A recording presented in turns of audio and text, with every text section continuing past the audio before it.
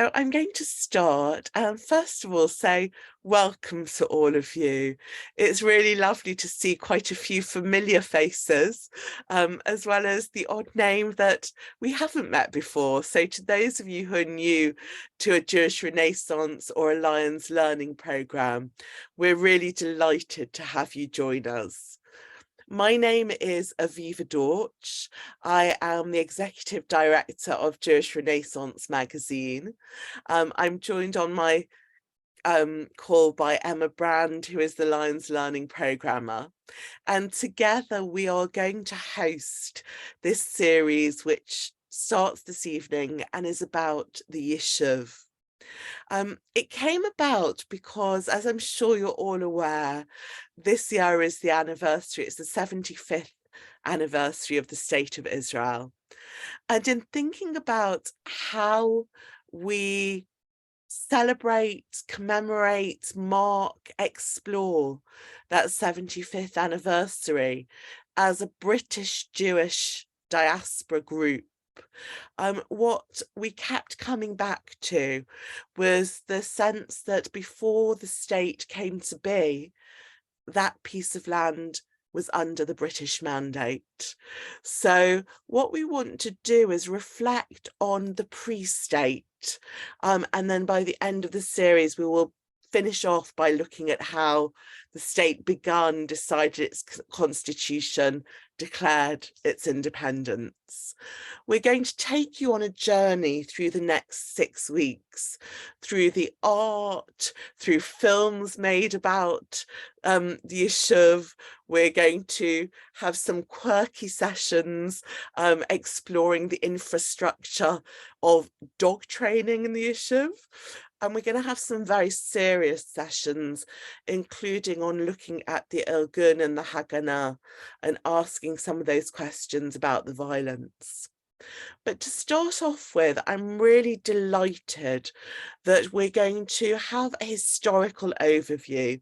Tonight, we're going to begin with looking at what the Yishuv actually was. Well, actually, it's a very plural thing. So it might be that we're looking at different Yishuvs within that one period. We're going to do so historically, but also we're going to do so a little bit tonight through some quotations from literature as well. It wouldn't be a Jewish Renaissance session if we didn't have a little bit of culture thrown in.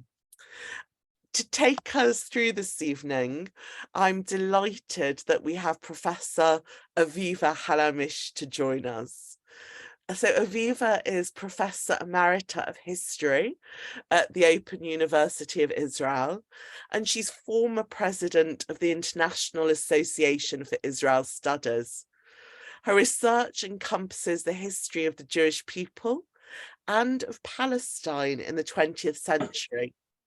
She focuses on the history of Zionism, of the Yishuv, and of the State of Israel, looking at Jewish immigration in the 20th century, and especially the kibbutz.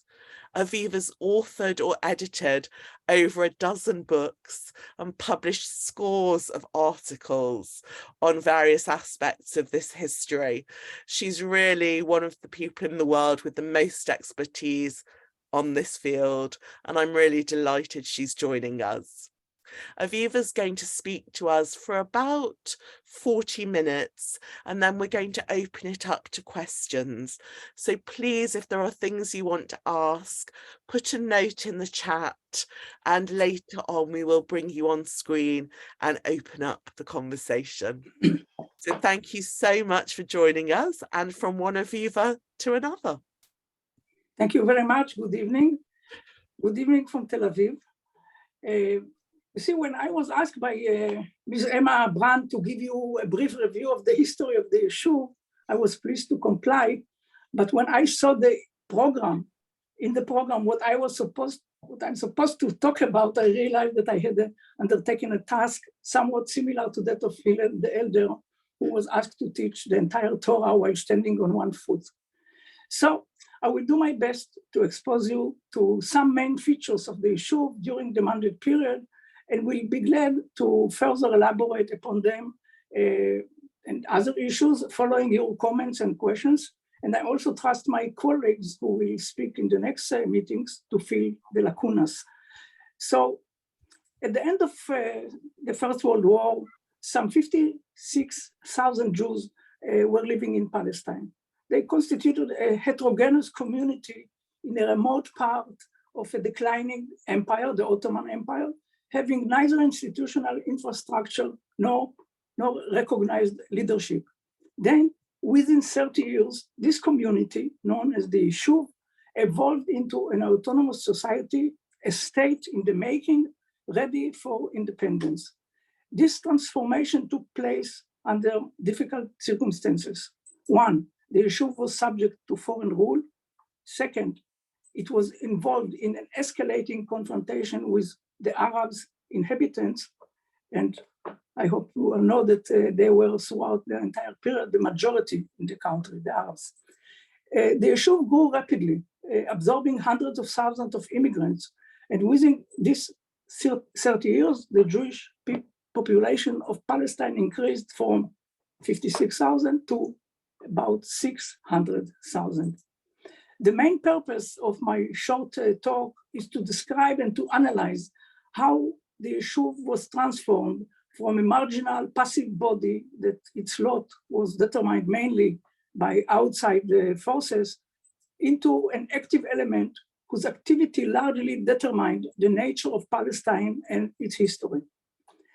The major question to be resolved is how, in spite of external obstacles and internal rivalries and conflicts between political parties, movements, and sectors, the unifying forces in the Yishuv were stronger than the divisive ones, and how the Yishuv, as a national liberation movement, succeeded in achieving independence without going through internal civil war. I will start with some basic definition and characteristics of the Yishuv. The Yishuv, the term Yishuv, is usually defined as the Jewish community in pre-state Palestine. But actually, the term Yishuv relates only to those Jews who aspire to the national revival of the Jewish people in Palestine, or Eretz Israel, the land of Israel. And the Yishuv was made of those who were involved in the political life of the Jewish community through elections, those who accepted the authority of the elected leadership, and who took part in the cultural life based on the Hebrew language. From the early 1920s, two groups of Jews excluded themselves from the Yishuv in the way that I just defined it, the ultra-Orthodox and the communists. Now, if you be kind enough to show the first text while I'm giving you some figures and years, I try not to give you too many figures and not too many dates, but we need a few of them. So it is estimated that by the end of World War I, as I mentioned, 56,000 Jews lived in Palestine and about 600,000 Arabs. The ratio was 1 to 11. At the beginning of the 1930s, the Jews constituted 17% of the total population. And by the eve of World War II, they numbered about 450,000 and were about the third of the population in Palestine. This proportion remained until the outbreak of the war in the 1948 war, with about 600,000 Jews and twice as many Arabs, most of them Muslim and also Christians. The main, we can leave this text for now. The main source of demographic increase of the Yishuv during the mandate period was immigration, and immigration was mostly from Europe. Now, officially, all the inhabitants of mandatory Palestine were subjects of the same political entity, but this fact had almost no practical significance. As the British Royal Commission, better known as the Peel Commission, which investigated the Palestine question in 1936-37, following the first stage of the Arab revolt. So this commission came to the conclusion that the Arabs and the Jews living in Palestine were two distinct and separate communities. Now, I would like to show the second text. I just want to warn you that it sounds a little bit not 100% PC in the 21st century, and there is I would say, a scant-orientalism in the approach that is expressed in this quotation from the Peel report. They were talking about the two communities, the Arabs and the Jews. There is no common ground between them. The Arab community is predominantly Asiatic in character, the Jewish community predominantly European. They differ in religion, in language, their cultural and social life, their ways of thought and conduct are as incompatible as their national aspirations. So we have here two communities, and sometimes the society in mandatory Palestine is defined as a dual society.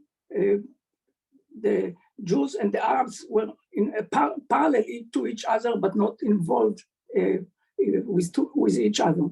Okay, so we can leave this quotation and we go on. Now, the cultural differences between Jews and Arabs existed from the beginning of the Mandate period. And as time went on, the gap between the two populations widened and deepened. Now, I will like to show you another quote from the Peel report, and they talk about the Jews and the Arabs. For us, the most important aspect is to see how they looked at the Jewish community about the issue. With every year that passes, the contrast between this intensely democratic and highly organized modern community, I mean the Jewish one, and the old-fashioned Arab world around it grows sharper, and in nothing perhaps more markedly than on its cultural life. The literary output of the national home is out of all proportion to its size. We are talking about the 1936, 37. The Hebrew press has expanded to 4 daily and 10 weekly papers. 2 periodicals are exclusively concerned with literature and 1 with dramatic art. But perhaps the most striking aspect of the cultural of the national home is its love of music. It was while we were in Palestine, as it happened, that Toscanini conducted the Palestine Symphony Orchestra, later to be the Israeli Philharmonic, composed of some 70 Palestinian Jews in 6 concerts. On each occasion, every seat was occupied, and it is noteworthy that one concert was reserved for some 3,000 work people at a very low rates. All in all, the cultural achievement of this little community of 400,000 people is one of the most remarkable features of the national home. Okay, thank you for this quote. And so I intentionally brought to you the way the Peel Commission was impressed by the Jewish community, not in retrospect, but in real time. Now, the separation between Jews and Arabs originated with the renewal of the Jewish settlement in Palestine with the beginning of Zionist activity in the country at the end of the 19th century. It was, so I'm talking about the relations between the Jews and the Arabs, the separations between the two communities. And the separation was also largely the result of intentional and conscious activity on the part of the Jews who aspired to live apart from the Arab population. All along, the Yishuv had a clear self-perception of being a distinct and separate entity, and it acted on both the political and the practical level to make this vision real. The mandatory government, on its part, contributed to this reality of what I describe as dual society. English, Arabic, and Hebrew were recognized by the League of Nations and the mandatory power as the official languages of the country, thus actually formally approving and encouraging the existence of what can be called the Tower of Babel, including the preservation of separate education systems. Now, if you go to the economic sphere, the Yishuv institutions took active steps to close the Jewish economy to Arab workers to ensure employment for Jewish immigrants, thereby fulfilling two basic goals of Zionism. The primary one was to increase the Yishuv's population with the ultimate goal of having a Jewish majority in Palestine. The idea was that once the Jews constitute a majority in Palestine, they will be entitled to an independent state in Palestine.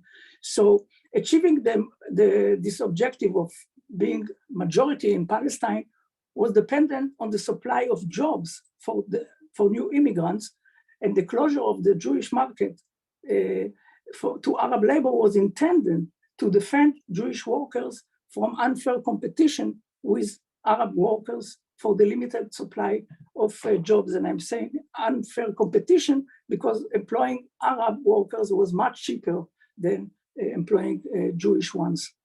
Now, I said there were two goals in closing the Jewish market to Arab work. So the second one is, the second goal of the exclusive Jewish labor was to turn the Jews into productive workers, which was considered a crucial condition for building a normal and healthy, and I'm saying I mark it like quotation because this is the term that were used in the discussions. We aspire to build a normal and healthy Jewish society with full stratification structure, including manual workers, both in agriculture and in industry.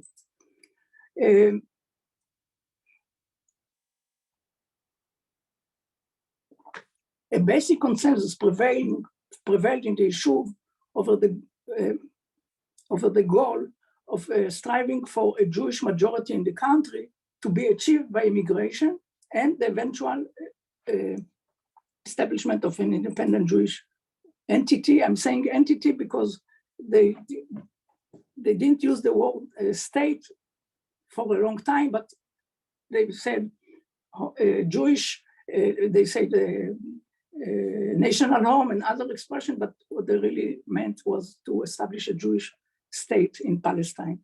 Now, this was one of the agreed upon principles to establish an independent Jewish entity in Palestine. Another widely agreed upon aspiration was the molding in Palestine of a new collective Jewish identity. And I hope I'll be able to explain it with using some terms maybe from chemistry. The Yishuv endeavored to create a new culture which was intended to be a new amalgam, not just a combination of the distinct traditions of the various origins of the immigrants. The process of shaping a new Jewish, or maybe we should say Hebrew culture, entailed the invention of typical Eretz Israeli, Palestinian, Jewish Palestinian customs and traditions, including celebrating holidays like Tu B'Shvat, the celebration of the New Year for trees, adding agricultural features to religious holidays like Sukkot, Passover, and Shavuot, and introducing an Israeli or Eretz Israeli interpretation to Hanukkah and to Lag BaOmer. On the other hand, the arduous process of shaping a new Jewish, and I said maybe you should rather say Hebrew, culture involved a conscious personal and collective sacrifice, such as giving up cherished customs and tradition. To remind you, the Yishuv was an immigrant society, and we are all aware that every process of migration, even if motivated by deep ideological convictions, even when put in motion by strong, when we were talking about migration process, we talk about push forces and pull forces. So even this, if the immigration is motivated by strong push forces and powerful pull forces, nevertheless, immigration involves cutting off roots with all the pain that this causes. And indeed, ideological or religious convictions did not free the newcomers from the pain of two homelands, a widespread phenomena in immigration societies the world over. And I would like to share with you one expression by a few lines from a poem by the Hebrew poet Leah Goldberg. And as you can read with me, perhaps only birds of travel know when they hang between land and sky, this pain of the two homelands. Okay, thank you. We'll soon go to another quotation. Many European Jews who migrated to Palestine, even the most ardent Zionists, missed the sights, the sounds, the smells, and the people they left behind. You know, I have many examples, but because we are short in time, I picked only maybe the most typical ones. So I would like to now share with you a few lines from a poem by the renowned poet Uri Tzvi Greenberg, usually called Atzad, the acronym, and Uri Tzvi Greenberg was known for his nationalistic view, but even so, he published a poem in 1924 titled The Necessity. Now, this translation is my free translation. I didn't find an official translation. We needed to hate even what we loved. We loved the forest, the river, the well, and the mill. We loved the falling leaves, the fishing, the bucket, and the Shabbat bread. And we secretly also loved the sound of their bells and the little Gentile children with their blonde hair. So I'm moving forward, and I say beyond the consensual ideas, which I remind you was striving for a Jewish majority in the country and the eventual establishment of independent Jewish state, independent Jewish state or entity in Palestine, the Yishuv was divided on a wide range of issues. And please, can you show the next text? I just point out the issues, and I will elaborate upon only part of them, unless you ask me questions later on. So the issue that the issue was divided, and there were conflicts and different ideas. One is the territorial dimension of the Zionist enterprise. The second is the social order. What kind of a society does Zionism aspire to build in Palestine? Does the Zionist enterprise contain only national aspects, or does it also embrace social goals such as building a just society?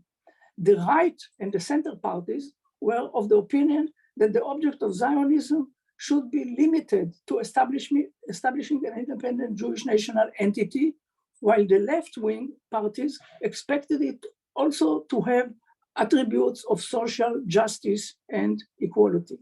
The third point was respect for the authority of the elected institutions. I think we get to some examples later on. And the fourth issue was the Arab questions, which is the title for the wide spectrum of practical, political, and moral dilemmas confronting Zionism and the issue due to the existence of Arab population in Palestine. Okay, we can leave this slide. And now I would like to relate to the political map of the Yishuv, and it was composed of a block of workers' parties, which we term left, the civic bloc, which is the center, and the revisionist party, which was right. And in addition was a block of religious parties. So we have 4 blocks of parties in the Yishuv. The basic division of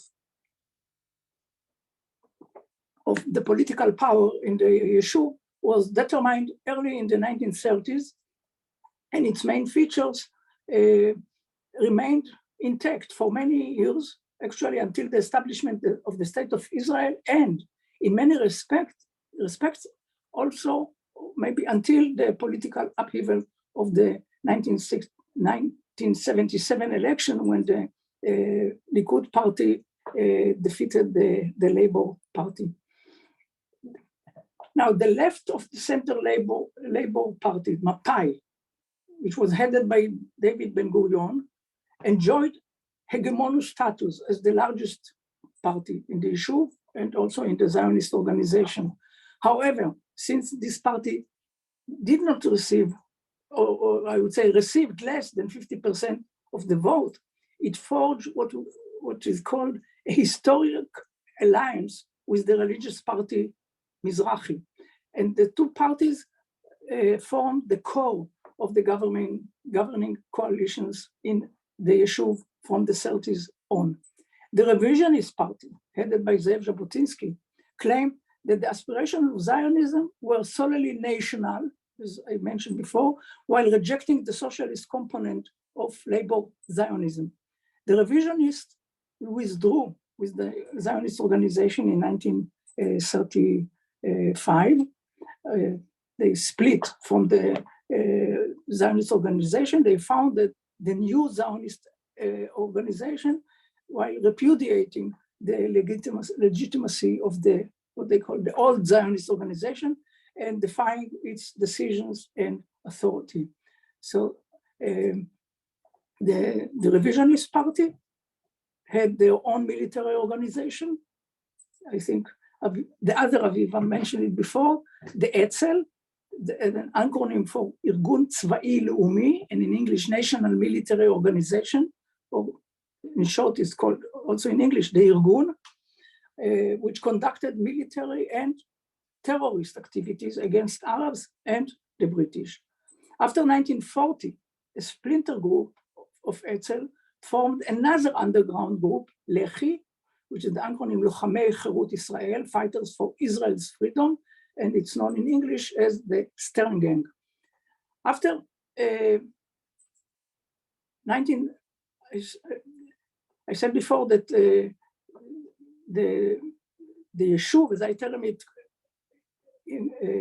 applies, the term applies to those Jews that accepted the authority of the elected institutions. So after 1935, there were actually three groups of Jews in Palestine. One, the organized Yishuv, not just the Yishuv, the organized Yishuv, which included the labor Zionists, the general Zionists, and the religious Zionists, and the Porshim, on the other hand, the dissenters, Porshim, the word in Hebrew, dissenters, which are the revisionists, and the ultra-Orthodox, which actually were not involved in the cultural and economic life of the Yishuv. A major factor in the history of the Yishuv is the Histadrut, the General Federation of Jewish, or actually Hebrew, laborers in Palestine. Histadrut הכללית של העובדים העברים, they said, העברים, the Hebrew. The Histadrut was founded in 1920 by Jewish workers in Palestine, and it was a unique organization that played a central role in the history of the Yishuv at large, and since it fulfilled a wide range of functions. I want to elaborate upon them now. If you ask me later on, I'll be glad to give you more details about it. The Histadrut had its own education system, and for many years it was in charge of the military arm, the Haganah, which we get to it later on. Haganah literally means defense, the military arm of the Yishuv, and the Histadrut played a central role in organizing illegal Jewish immigration to Palestine in defiance of mandatory laws. In short, I would say that the Histadrut was a state within the state in the making. However, its activity complemented rather than challenged the authority of the Yishuv leadership, as actually the Histadrut leaders and the Yishuv leaders came actually from the same political party. I would like to say a few words regarding education. the Yishuv operated an educational system on all levels, from kindergarten through elementary school, secondary school, to higher education. I would mention the Technion in Haifa and the Hebrew University of Jerusalem. At the beginning of the mandate period, the Zionist organization resolved to maintain the Hebrew education system independent of mandatory government control in order to avoid any intervention or supervision of the content of its curricula. So now this ideological decision had a price. The Yishuv relinquished most of the mandatory government financial support. They don't get involved in our education curricula, but at the same time, we don't take money, or we don't get money from the government to maintain our education system. The decision to maintain the independence of the education system was motivated by the perception that Hebrew education was the flagship of the national revival process, and that it played an essential role in conveying Zionist values to the younger generation. The various ideological and political bodies of the Yishuv viewed the schools as primary agents of socialization and education, of course, and each of the major ideological streams wished to have its own education system, instilling its particular values along with the common Zionist values shared by all. There were three distinct education streams in the Yishuv: the general Hebrew education stream, a separate religious education stream directed by the religious Mizrahi party, and the labor stream directed, as I mentioned before, by the Histadrut, including school in cities, towns, and agricultural cooperative settlements, kibbutzim and moshavim. And I'm sorry that I don't have enough time in this short talk to elaborate more about the kibbutzim, which were not, their percentage in the Yishuv wasn't high, but their contribution and their influence and impact was much beyond their demographic weight. Now, so I'm getting back to the three educational streams. They were free to prepare their own curricula and select their teachers, but they still, all of them had much in common. And so throughout the educational system, teaching was conducted exclusively in Hebrew. An emphasis was placed on the national dimensions of Jewish history and culture, and they stressed the difference between the Jewish society emerging in Palestine and the Jews living in the diaspora. Aviva, how am you with the time? You're doing well. A few more minutes would be good, and then we can okay, go. We'll see when you want to. If I don't get five more minutes. Okay. 5 more minutes, then questions. Oh, yeah.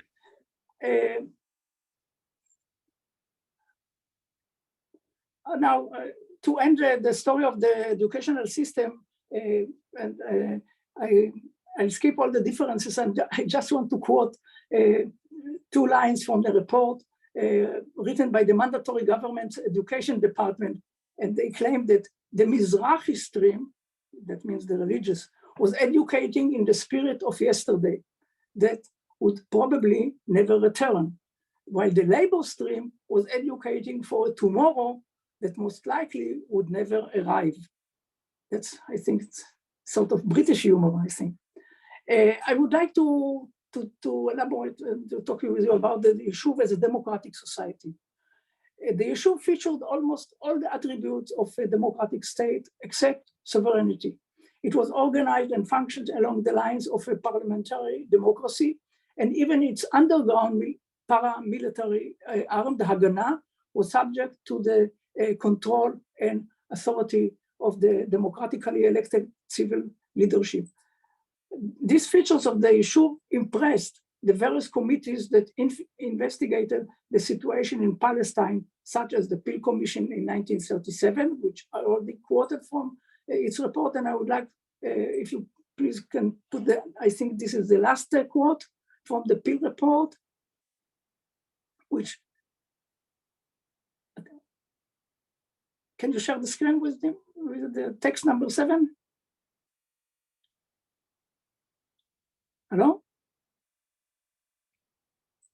1 second, let me get it up. Okay, I let's hope that we are still online. By 1936, the Jewish National Home had practically grown, that's a quotation from the British report, into something like a state within a state. The Jewish community in Palestine now numbers 400,000 persons, with its capital, Tel Aviv. Please note, they say with its capital, Tel Aviv, while the official capital was, of course, Jerusalem. Tel Aviv, the largest town in Palestine, and the Jewish community has its flag, national flag, its anthem, its cultural system, its network of social services, and its economy divided into an agricultural and industrial branch. It is linked to world Jewry by the Jewish Agency, whilst the internal affairs of the home are managed by a National Assembly and Council and a Rabbinical Council. 10 years later, the United Nations Special Committee on Palestine, known as UNSCOP, we can leave this text for now, had a similar impression, and actually these features of the Yishuv convinced them that it was mature and suitable for independence. I would like to try to find shortly what were the sources of inspiration for the Yishuv's democratic practices. Some roots can be traced to the self-governing tradition of the Jewish communities in the diaspora for many generations. The second is that the Zionist organization had functioned in a democratic manner since its inception in 1897. Another source of influence was the mandatory power, Britain, the parliamentary democratic state par excellence. And the fact that Palestine was under British rule exposed the heads of the Yishuv and the leaders of the Zionist movement to the conduct of a democratic regime and encouraged them to use methods acceptable to the decision makers in London.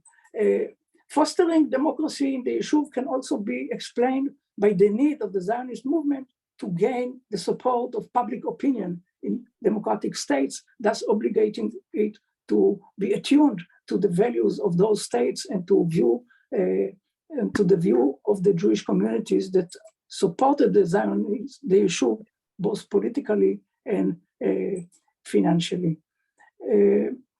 I'll stroll.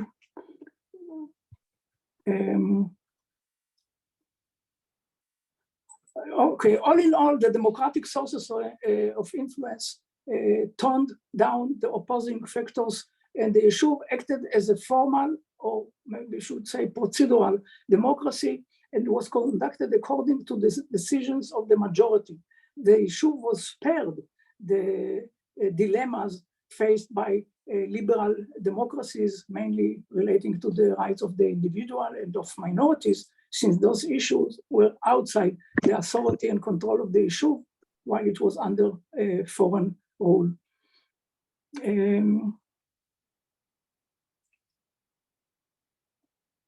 I would like to say a few words about the political and military struggle. Or maybe I leave this for just a minute.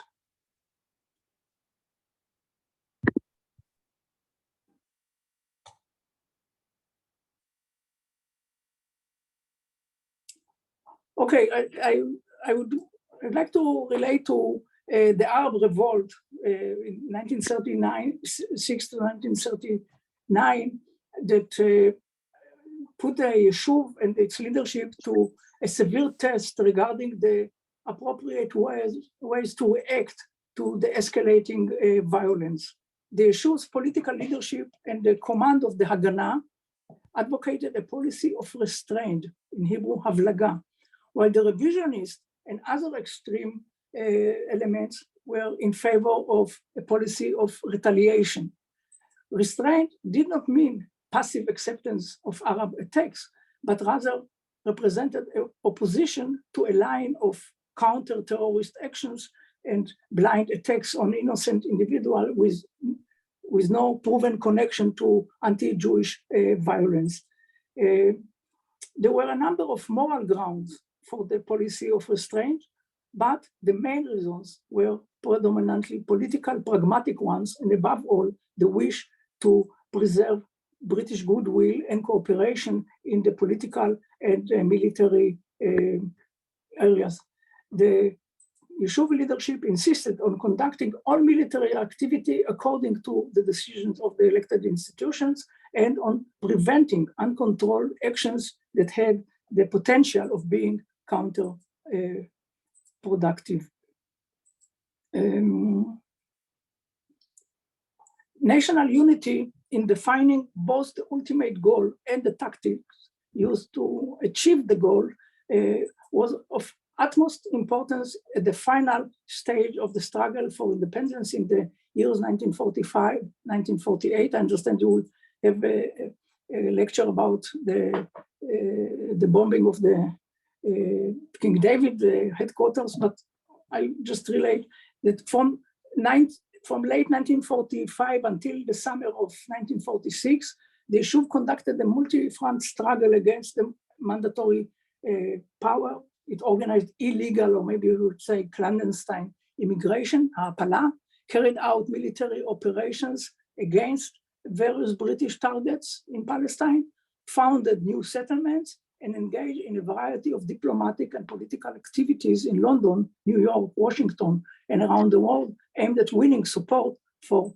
statehood, which later on came to the historic vote on November 29, 1947 in the United Nations. The struggle in Palestine reached its peak in the summer of 1946 with some impressive military successes for the Jewish side. However, in the political arena, the Zionists did not move one inch forward to their goal of establishing a Jewish state in Palestine, and it was decided, therefore, in August 1946, to tone down the armed struggle, to put an end to sabotage activity, and to turn to Ha'apala into as the main and virtually the only front against the British.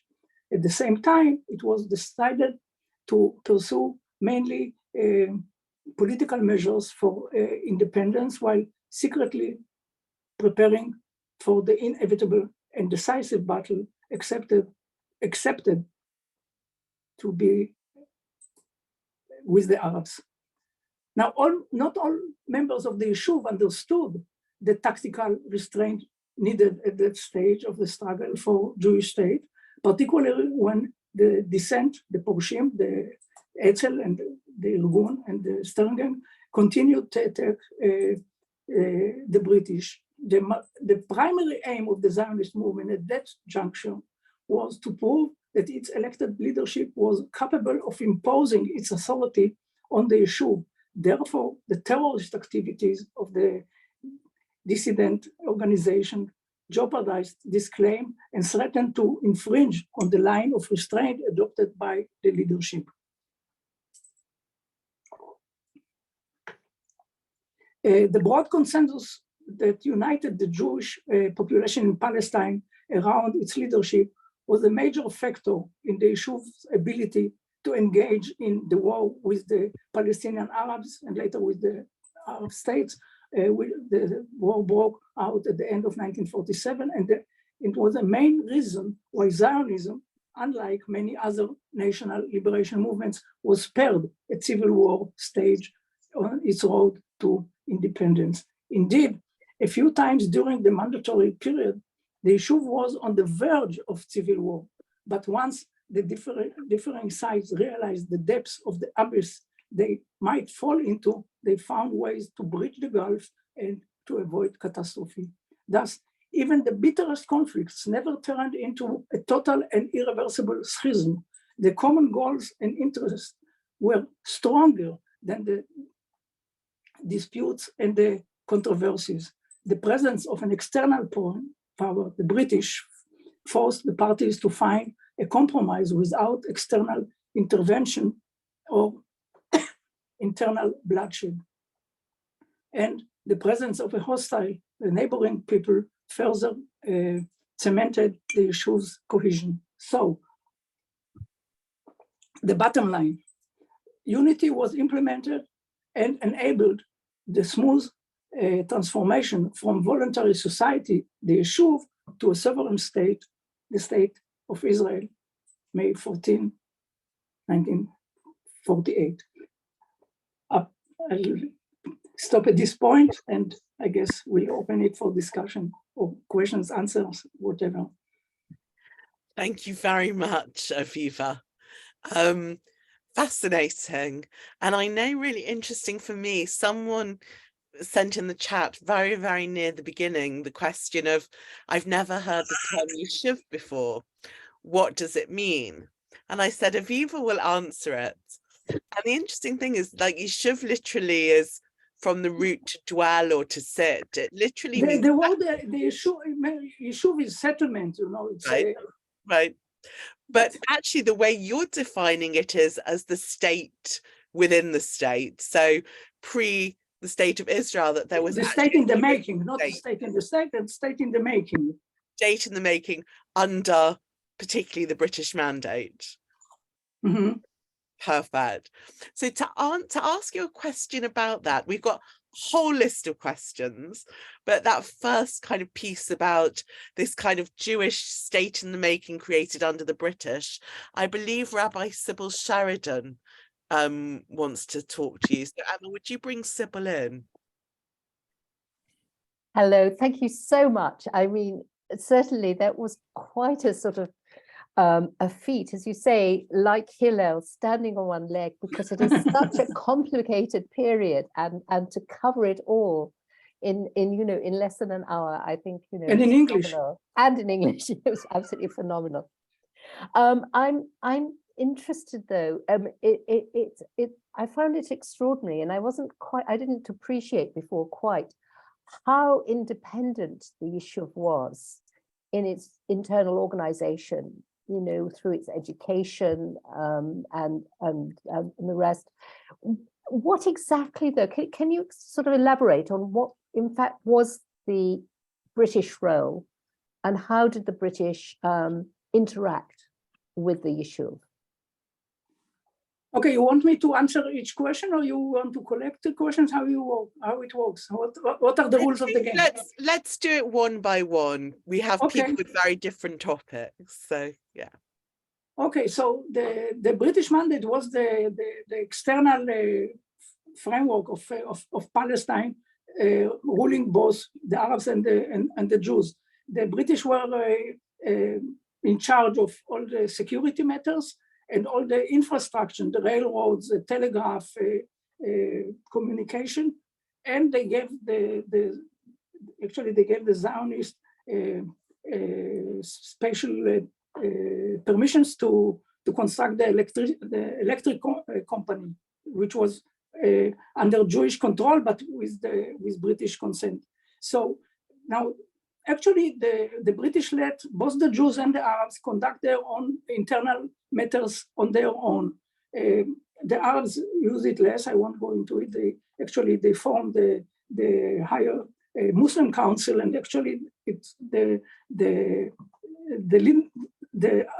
Arab community was headed and was led by religious leaders. The most known is Hajj Amin al-Husseini, the Mufti of Jerusalem. And the Jewish community, they have their elected bodies, the Asafat HaNivcharim, which is the elected council, and the Vada Leumi, which was the executive of the Yishuv.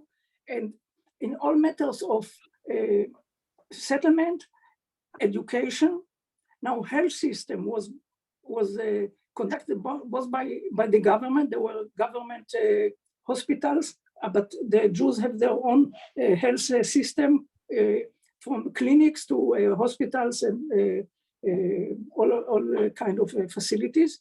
And there was a very interesting cooperation between the Jewish community, the Yishuv, and the British in security matters. During the Arab Revolt, there was a sort of cooperation between the Jewish leadership and the government. They let Jews to enlist to sort of paramilitary groups, and later on, Jews volunteered to take part in during World War II. About 30,000 Jews, men and women, volunteered to serve in different frameworks of the British Army. And it's interesting to know that actually the British was those who actually prepared the Jewish community, the Yishuv, militarily to be able to conduct the war in 1948. So there was one issue, important issue was immigration, that the mandatory government controlled it, but gave a certain amount of control to the Jewish agency. They gave quotas of certificates, and they let the Jewish agency distribute some of them. But I would say that in some, maybe in a paradoxal way, the fact that the British were actually the rulers of the countries, it spared the Zionist leadership from dealing with all kinds of problems that usually the sovereign state deals with, and in this way it helped to keep the Jewish community more unified without too many, like for example, all the issues of state and religion. It wasn't the control of the Yishuv leadership, but it was a matter of the government. So this is, on a little bit of. Actually, your question I can give another lecture about. Yes, thank you very much. Then. Thank you. Thank you. Thank you very much. So we've got about 6 different questions, all asking slightly differently about the relationship to the Arab population. I'm going to just choose one to start us off with. So I think maybe we'll bring in Jonathan Oppenheimer, who Emma is under Jono, to start with, and then we might bring a couple of other people in too. Hello, Jonathan, will you unmute? Yeah. You said that the Yishuv didn't need to consider issues relating to the Arab population because this was the responsibility of the mandatory authority, and that's obviously correct. But how much consideration was given to how the eventual state would deal with the Arab population that it would inevitably become responsible for after its establishment? Well, another parashat shavua. The vision of the Jewish state was, of the mainstream, was thinking about. It's a complicated question. I will try to make it simple. When the Peel Commission recommended to partition Palestine, they tried to have the Jewish state predominantly Jewish and the Arab state predominantly Arab. Now, the second option wasn't too difficult, but the other option was very difficult because even in the area that was allocated for the Jewish state, there were about 250,000 Arabs. And the idea of the British was to have a transfer, to transfer the population from one state to another.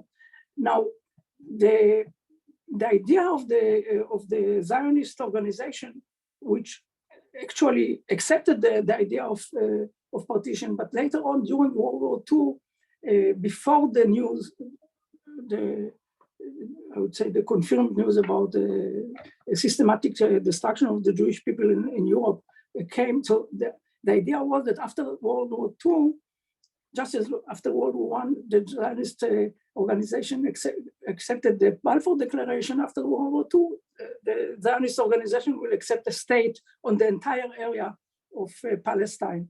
But since they realized, and I was talking about what happened in the summer of 1946, and I was talking about the tactic change in the way of struggle. I didn't relate to maybe the more important change that was made in the summer of 1946 in a special meeting of the Jewish Agency in Paris, and they decided that instead of having a Jewish state on the entire area of mandatory Palestine, they will make do with a viable Jewish state on an adequate area of Palestine, which actually was sort of realizing that it's impossible to have a Jewish state with a Jewish majority in the entire area of Palestine. And that's led to the idea of actually initiating a plan to partition Palestine. And I would like to share with you the fact that the decision of the United Nations on November 29, 1947, of partitioning Palestine to a Jewish state and to an Arab state, and actually also to a corpus separatum of Jerusalem under international control. This decision wasn't imposed on the Zionist organization, but actually the Zionist organization initiated it and actually worked behind the scene in Washington and in London and in other places to make sure that this decision will be approved by the United Nations, exactly because they understood that the demographic, I would say, the demographic catastrophe that the Holocaust entailed the Jewish people and the demographic situation in Palestine will not allow to have a Jewish state on the entire area of Palestine. Therefore, partition is a must. And the idea was, even during the War of Independence, to try to have as least as possible Arab population in the Jewish state. That's, for example, the reason that the West Bank wasn't conquered during the 1948 war. But not accepted by the revisionist camp. Well, the 1947 decision? Yeah, I mean, the revisionist camp continued to use as one of its main symbols the whole. Yeah. You see, the idea of Eretz Israel Shlema, entire, it was subsided after 48, but it was a latent idea, and then 1967 it came out full blast. Great. Thank you so much, Jonathan and Merav. We have a couple of questions that I think follow on. So I'm going to ask Emma to bring two screens up, and we'll take both questions and then ask Aviva to talk. So please, will you bring up Mary and Jana? And also Yona and Alfred, I think they're together sharing a screen, and they have some questions about the slides. So can we have Yona as well? Brilliant. While we're waiting for Emma to bring Yona up, Marion, do you want to go ahead and ask? Yes, I feel embarrassingly Arctic looking, but anyway, it's quite cold in the Cotswolds. Thank you, really, really fascinating.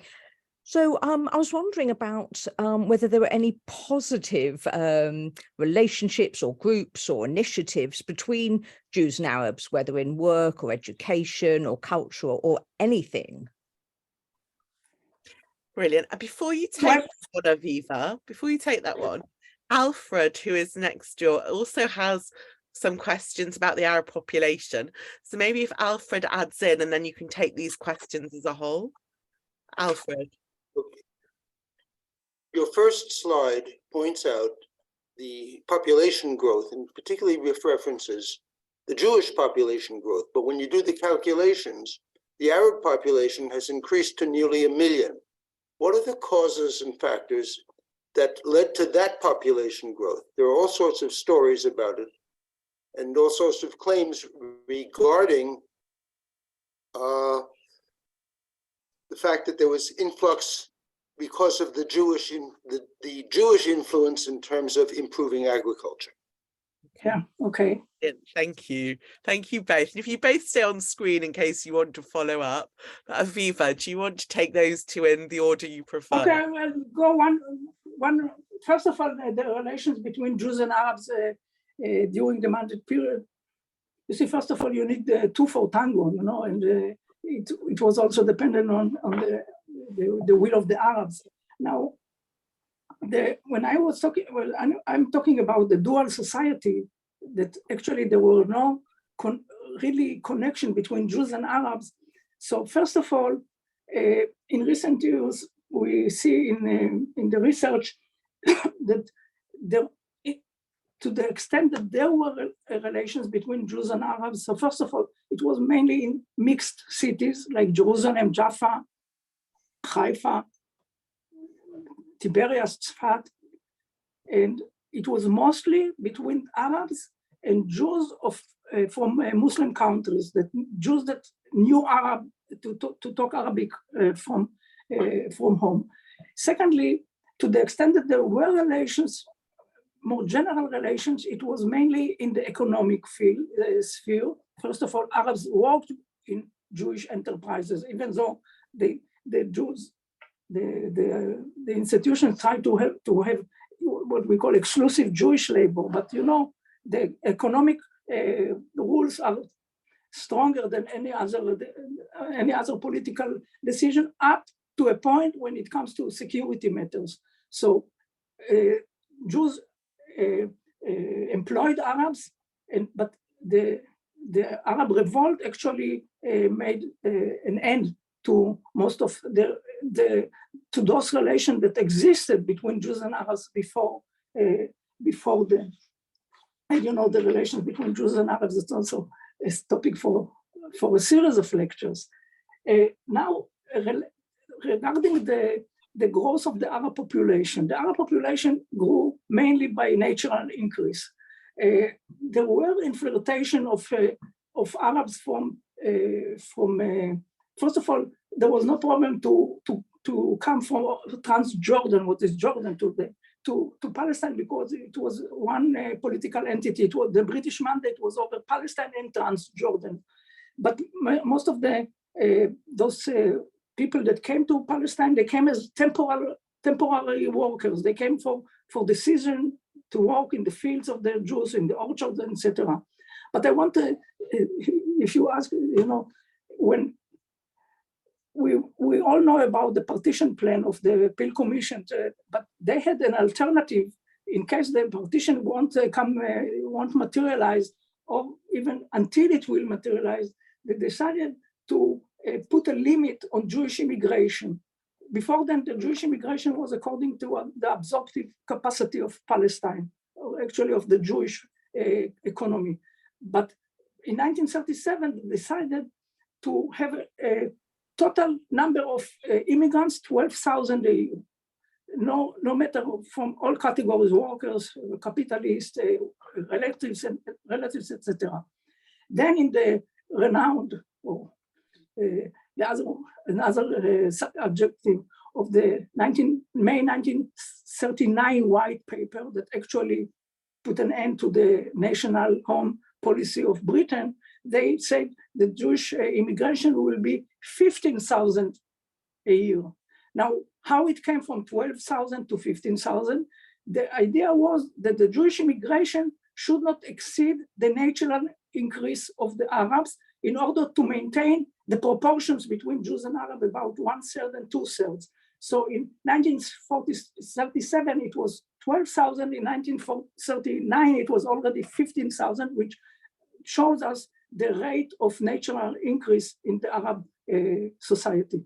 I hope you follow me with all these calculations. I do, but the follow-on question then is the natural growth. There wasn't such natural growth before the start of the Yishuv and Aliyah in the first place. The intake of modern Western European medicine is what gave that increase. So is it fair to call that natural increase, considering that the cause, at least a major cause, was in fact the Western influx? You know, it's agreed upon that the fact that the Zionists actually developed Palestine, made more jobs available, helped, and the Palestine population. Now, the Palestinians sometimes try to reject it or to deny it, but the Yishuv actually helped to help the Palestinian economy to, I would say, to flourish, but it helped them to have a higher standard of living. And we have to combine it also with the fact that the Ottoman rule was replaced by the British mandate, which have, as you mentioned, Western standards. Also, we can see it in, for example, in the health system, and most of the funds of the Palestine government in health matters went to the Arab sectors, not only because they were twice as many as the Jews, or they were the majority all along, but because the Jews developed their own system and the British has only to complement it. Well, with the Arabs, they had to they took on themselves to improve the health system. Also, the mandatory government made sure that every Arab child will go for at least four years at school. While in the Jewish community, they didn't have to worry about it because the Jewish community took care of itself in this respect. Thank you. Can I just ask a small follow-on from Marion's question, which also links to the slides that Alfred was talking about? Marion was asking about whether there were any cultural initiatives, and you said they were separate. Any what? I didn't get you. Any cultural? Joint cultural cooperative initiatives. Between Arabs and Jews? Mm-hmm. Yes. And also, so I want to bring that up, but also ask you very specifically about the slide you showed from the Peel report that seemed to imply that the Western culture was brought by the Jewish immigrants and that the Arabs were comparatively, quoting, uncultured. So I would say uncultured, but they had their own culture. Exactly. So I was going to ask, who wrote the Peel report? Do you feel that this is a misunderstanding or a misrepresentation of the Arab communities? And what about the relationships between, for example, Arab and Sephardi Jews? Was that more of a thing, more cooperative than, for example, with the more recent Ashkenazi immigrants? Well, again, I know, on one leg. You see, let's talk about the slide from the Peel report. You see, the Peel Commission was composed of British functionaries. The chair was Lord Peel, but the person who influenced the report more than all was, I forgot his first name, but Professor Copeland, a historian from, I think, from Oxford. And he actually, if we, you know, how this idea of partitioning Palestine came about in 1947, and they said there was a famous meeting in Halal, which it's a moshav, it's a settlement in the Jezreel Valley. The commission came to see what's going on there, and they met with Chaim Weizmann, who was then the president of the Zionist organization. And Copeland asked him in a very understatement manner, I would say, I don't want to say British, because what the Zionist organization will think if the committee will consider the possibility of maybe to recommend to partition Palestine. And from that, you know, like the imp from the battle came out and the idea of partitioning came out. So I think when we read, for example, how they were impressed with the concert of the Israeli, of the Palestine symphony, and they felt, I think they felt close to culturally to the Jews in Palestine mainly. And you have to remember, in those years there was a great influx of Jewish immigrants from Germany. So I think they have a cultural affinity more than with the Arabs. Now, the Arabs, at the beginning, first of all, they boycotted the commission, and later on they came to testify. But I think, how should I say, basically, you know, the British rule over Palestine was good for the Yishuv until 1937, when they imposed the restriction on immigration. Actually, the British mandate was a sort of an umbrella enabling the Jewish community to grow and to expand, while actually protected them from, first of all, from the hostility of the Arabs. And so, you know, in the Zionist historiography, they used to portray the British. You know, if you take this movie, I don't want, you remember the good, the bad, and the ugly? So they used to term the British as the bad, and eventually we see that at the most they were the ugly, they weren't the bad, only maybe later during World War II. So this is about the Peel Commission. What was the other, you talked about? Was there any cooperation with, for example, Sephardi Jews and Arab culture? Yeah, so what I hinted before is that, you know, the past is always changing, you know. What's going on now, we know. What will be in the future, we all know very well, but the past always change. So now there is a whole new branch of research about the relationship and the cooperation between Arabs and, as I mentioned, you say Sephardi Jew, I said Jews from Muslim countries. It includes Sephardi and Mizrahi.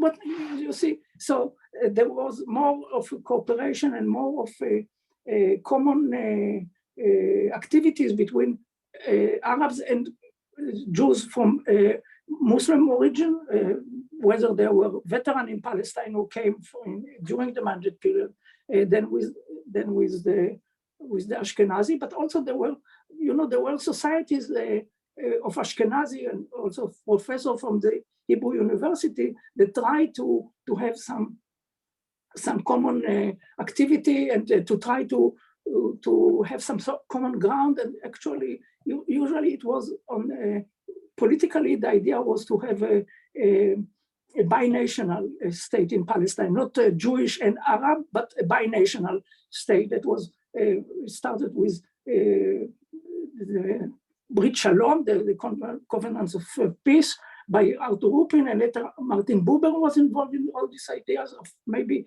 having a binational state in Palestine. But also the cooperation between them and Arabs was very limited. And there were even cases of Arabs that had cooperation with Jewish groups. And unfortunately, someone made sure to end not only the activity, but also their life. Oh, okay. Thank you very much. And thank you, Marion and Alfred. Just to say that we've had a lot of questions coming in about that dynamic of Sephardi and Ashkenazi Jews, asking about who are the Mizrahim, who are the Mizrahi Jews. I'm going to put those to the side for now, because next week we are looking at the beauty queen of Jerusalem. We have the executive producer with us, and that kind of cultural relationship is something that series is very much exploring. So I think we'll tackle those questions. You just have to, I just should make one, you see, at the beginning of the mandate period, actually what you call the Mizrahis was the majority of the Jewish community. But then, due to immigration, as I said, most of the immigration was from Europe. How should I say, the ethnical the ethnic composition of the Yishuv was changed, and the Yishuv was basically an Ashkenazi society. But you know, it's very complex. I won't do it like Hillel on one foot, you know. We're going to have a whole session just unpacking that. So thank you so much. But I'll leave that one for now. We've got about 10 minutes left. So I have 2 questions I think we'll finish off with. One is from Sharon, who is in Sweden. She can't share her video, but she's going to unmute her audio to ask her question. So Sharon, will you unmute? In Sweden or in English? I am originally from London, so my English is fine. Hi, I'd like to ask you, as it was a state in making, why didn't the Jewish people look ahead and choose Jerusalem as their capital, even at that stage? Even if Tel Aviv was the largest city, as it still is today, Jerusalem is still the capital. And I was wondering, did the Jews have any access to the old city in Jerusalem during that period? You see, when I said that, I turned to this quote, and they say the Jewish community have its capital, Tel Aviv, and I put it for me in a parenthesis, an exclamation mark, because the capital of the Jewish, first of all, the capital of mandatory Palestine was Jerusalem, and the capital of the Jewish issue of the Jewish community was Jerusalem. The headquarters of the Jewish Agency and all the institutions were in Jerusalem. So Jerusalem was the official capital of both mandatory Palestine at large and the Jewish community. But actually, the cultural capital of Jerusalem, of Palestine, of Jewish Palestine was Tel Aviv. Don't tell anyone, it's still this way now. And but now the Jews lived in the old city. There was the Jewish quarter, but during the Mandate period, more and more Jews left the old city after, first of all, after the 1929 disturbances, and then later on during the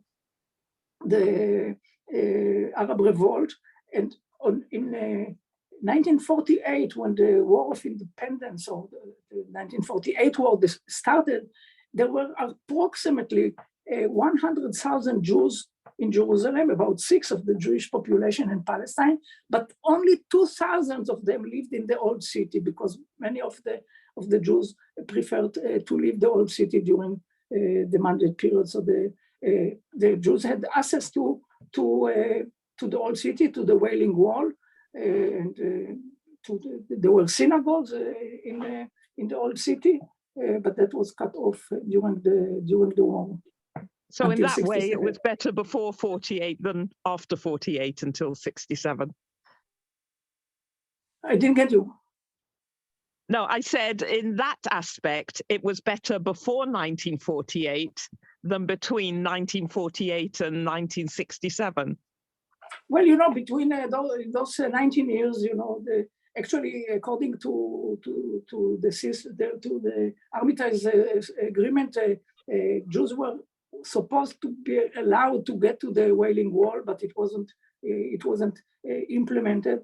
And you know, I was in Jerusalem a few times before the 67 war, and we went to a special point at Mount Zion, and if we stood on our tiptoes, we saw a glimpse of the Wailing Wall.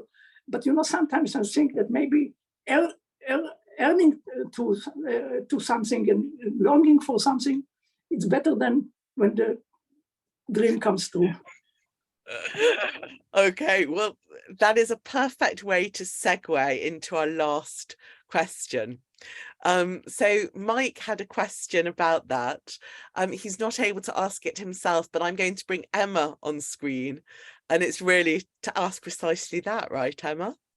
Yes, so yeah, very topical. So you highlighted the 4 issues that the Yishuv needed to resolve to establish a future state. So after 70 years, do you think any of them have been resolved? Okay, let me go to, you want to put it on the screen? Or I'll go back to those. Now, that was a question or a comment? That was a question from Mike. So say it again, because somehow I didn't get the question. What is the question? Emma, will you repeat his question? Just trickier sharing screen. Let me find it.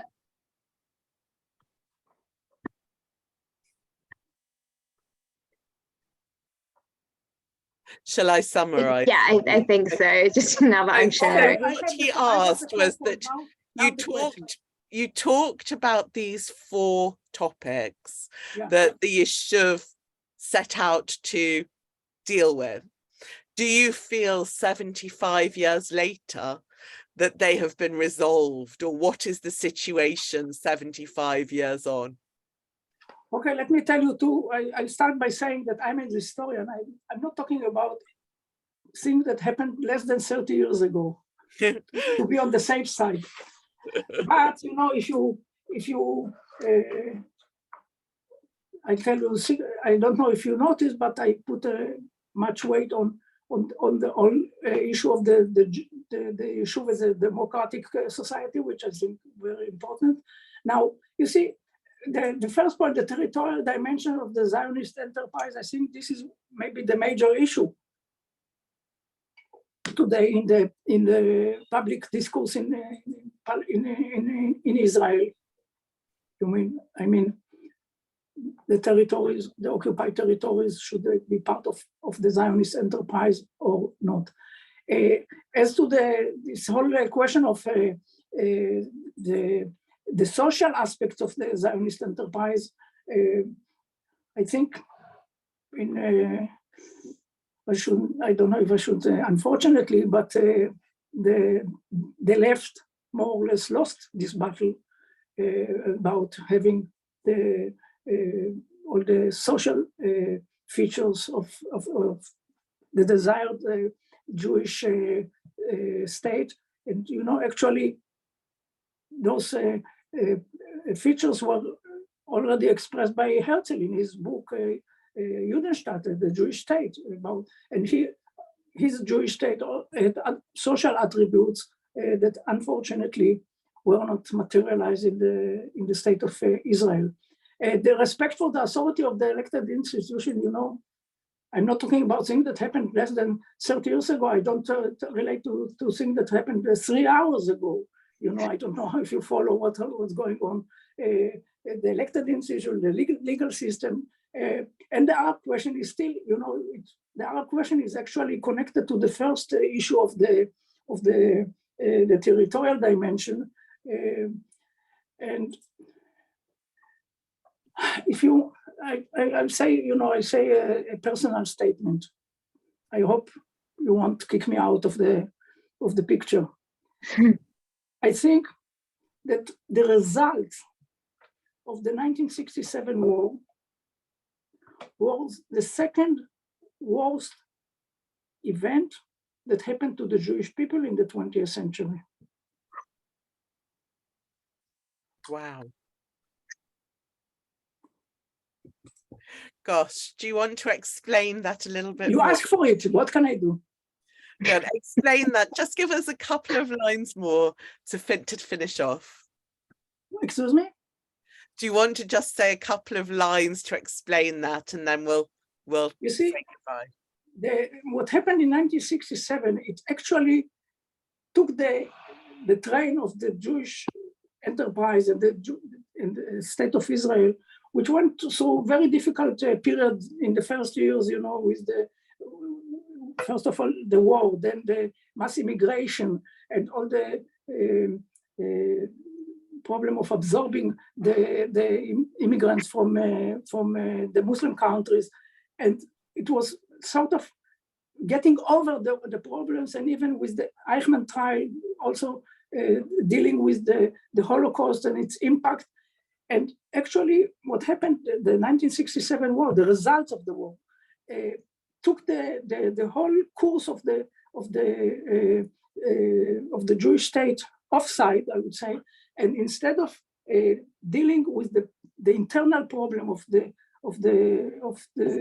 Israeli society, helping the develop towns to get over their initial problems, the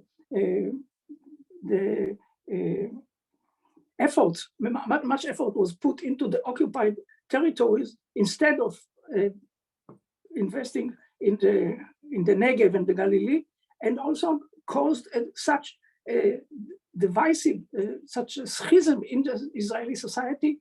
And actually, you can't move any, you can't have any coalition of forces unless the story of the occupation is resolved. I will give you just one personal example. You know, I belong to Hashomer HaTzair, which was a Zionist socialist youth movement, and there is Bnei Akiva, which is youth movement of the Mizrahi, of the religious Zionists, when this word was authentic, religious Zionism. And we had a common seminar in 1966 for instructor of youth movement, and the best of all the youth movements in Israel. And the best connections and the best ties were between the Hashomer HaTzair and Bnei Akiva, because those were two Zionist movement with which high demands from the members, and we really had very much in common. I met those people, you know, during the waiting period before 67, and we were all good friends. After the 6-day war, there was sort of a gulf between us, and those forces that, you know, that had actually common social ideas couldn't go together anymore when the issue of the occupied territories is dividing them and that doesn't allow them to join forces to solve the real problems of the Israeli society. That's on, you know, just it's fascinating. And just to throw into that, Emma's father was in Hashomer, mine was in Bnei Akiva. Who was in Hashomer? Emma's father. Mine was Bnei Akiva, and the two of us are still talking. So maybe there is a little bit of hope in the diaspora. I'm going to let's hope that one day things will be better. We must hope for better days. Absolutely. Baruch Hashem, as the religious Zionists say. Bezrat Hashem, with the help of God. Okay, I'm going to stop there because we're at 9 o'clock. I want to say, first of all, a huge thank you to Professor Aviva Halamish for not just sharing her expertise, but for doing so in her second language, and to let all of you know that we had massive technical issues. So she did this at the very last minute on an iPad that wasn't meant to be the computer she was using. So we're really grateful. You know, as I told you, the whole Zionist enterprise is built on improvisation. Absolutely. Well, we appreciate it. And if people would like to unmute themselves in a moment, we'll give you a round of applause. But just to say, next week, we are going to have Dr. Dalia Manor. So next week, we're going to go to the visual arts, and she's going to look at how, during the period Aviva's been talking about, an Israeli artistic society tried to create a new art tradition for a new country that was very different from the diaspora Jewish art.